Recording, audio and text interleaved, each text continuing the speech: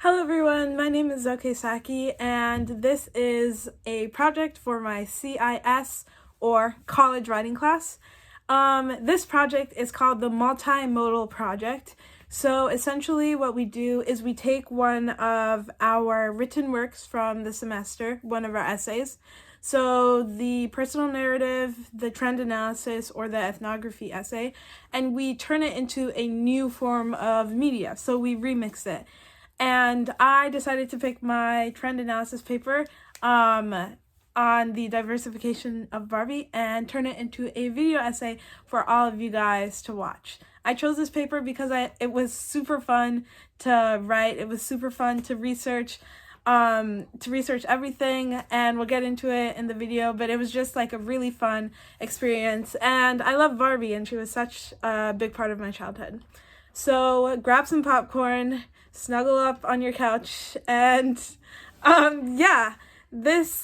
without further ado, this is the Glitz, the Glamour, the Gatekeeping, the Diversification of Barbie from 1967 to present day. Watch me dance, dance the night away. My heart could be burning, but you won't see it on my face. Watch me dance, dance the night away. I'll still keep the party running, I won't get out of place. Everybody knows her name, Barbie, Barbara Roberts. Barbie has been an icon ever since 1959 when she was created. Barbie began as a representation of the fact that women could do literally anything. They could be literally anything they wanted. From astronaut to model to even a doctor, they could do it all. However, through Mattel's messaging, this empowering message was only exclusive to girls who looked like Barbie. Virtually all the Barbie dolls looked the same, and they featured the same physical attributes like being blonde, being slim, being conventionally attractive, and being white. Despite this, as time progressed, Barbie became more representative. From 1967 to 2003, the trend of the diversification of Barbie has increased in all aspects. This was due to a lot of things, but especially society's criticisms on the exclusivity of Barbie and Mattel realizing that valuing diversity is valuable to them. As a result, the effects were Mattel expanding who Barbie represented as a whole through all forms of media. This is super important because Barbie plays a pinnacle role in how girls see themselves and their self-confidence and their self-worth, and how they see their role in the world and their role in society, and most importantly, how they view fun and play and their place within that. Further, when girls grow up in empowering environments, they are able to explore themselves and use their potential to build a more vibrant, loving world. Now, before we get into the present, let's go back to the past and let me catch you up with a little bit of context.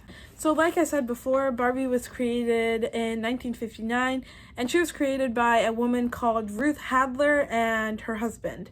So they had already owned a toy company called Mattel, but Ruth Handler got the idea to create Barbie from watching her young daughter play with paper dolls.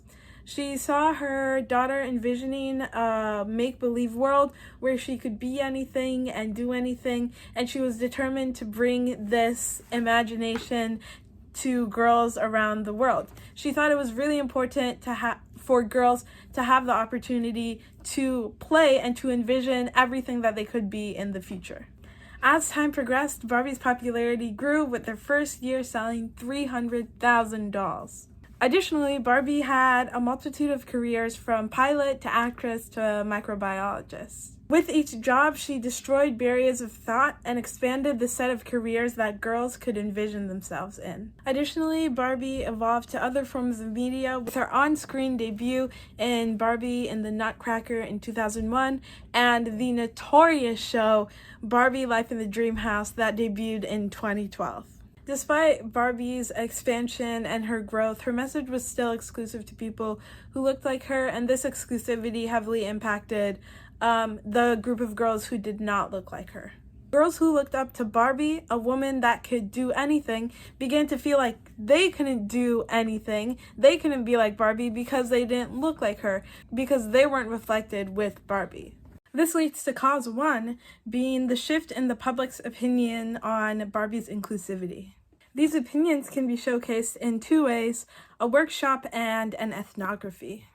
The Reinvent Barbie workshop was organized by 4 writers on the Johns Hopkins University Press. These writers gave young girls ages 8 to 13 Barbie dolls and instructed them to reinvent them in ways that represented themselves, whether it were their likes or dislikes, their family, their culture, or like their social situations. And they also discussed their thoughts on Barbie as a whole and how they interacted and played with Barbie. From this workshop, it became exceedingly clear that many girls attributed Barbie's desirability and her power to her whiteness. Many girls said things similar to, "Barbie is what people want to be, the perfect image of what people want." Other girls added, stating, "She has blue eyes and blonde hair, so she is the leader." Many girls believed that the reason she was so well received and beloved and fun to play with was because she radiated power. Through all of this, it is clear that Barbie's Eurocentrism created issues when her consumers were so diverse. Similarly, an anthropologist, Elizabeth Shin, conducted an ethnography on how low-income Black girls interacted with Barbie. They modified their dolls, like braiding their hairs in intricate patterns, to make them more representative of who they were. Additionally, they wondered why a doll that they spent so much time playing with reflected an entirely different social and cultural world. They also talked about how Barbie was ultimately a stereotype and how she was never meant to represent a real person, only what society viewed as the typical perfect woman. If she was representative, the girls thought, then why wasn't there a fat, a pregnant, or an abused Barbie? From both of these situations, it's clear that the consumers opposed Barbie being a monolith, and this opposition was prevalent enough to be seen by Mattel. This leads us into cause 2, which is Barbie's economic status. During an interview, the president and COO of Mattel, Richard Dickinson, stated how Barbie was becoming less and less well received by her audiences. He stated that 2015 was an especially rough year. Additionally, he said that the business was declining and the love affair with Barbie was waning. They started to understand that they couldn't conquer their consumers and push a narrative upon them. Instead, they needed to work with them and reflect them. Dickinson explains this as moving from a monologue to a dialogue with consumers.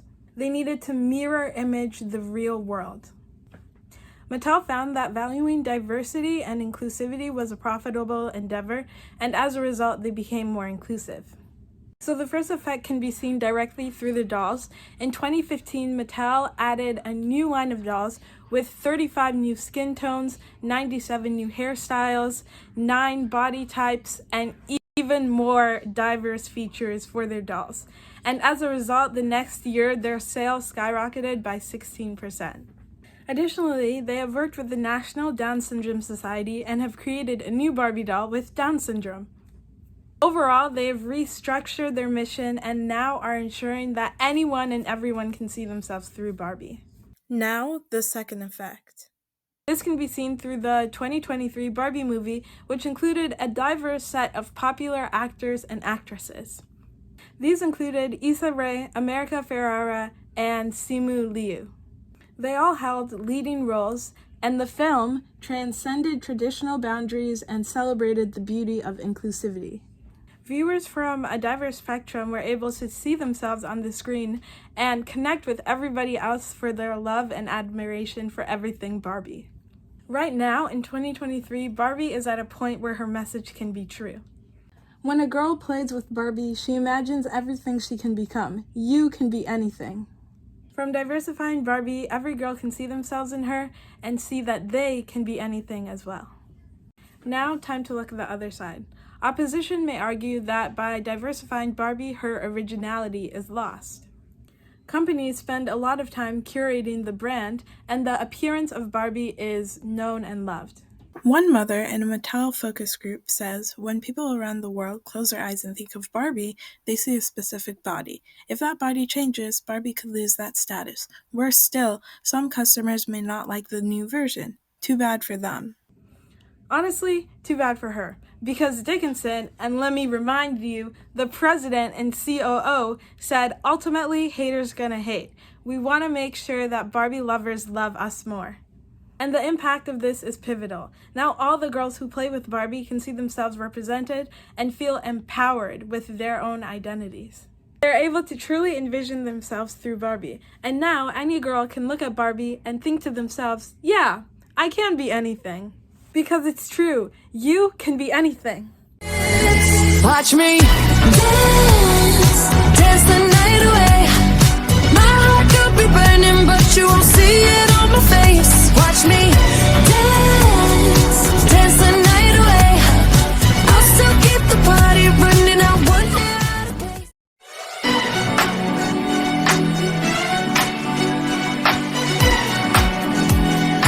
Baby, you can find me under the lights, diamonds under my eyes. Turn the rhythm up, don't you wanna just come along for the ride? Oh, my outfit's so tight, you can see my heartbeat tonight. I can take the heat, baby, best believe that's the moment I shine. Cause every romance shakes and it bends, don't give a damn. When the night's here, I don't do tears, baby, no chance. I could dance, I could dance, I could dance. Watch me dance, dance the night away.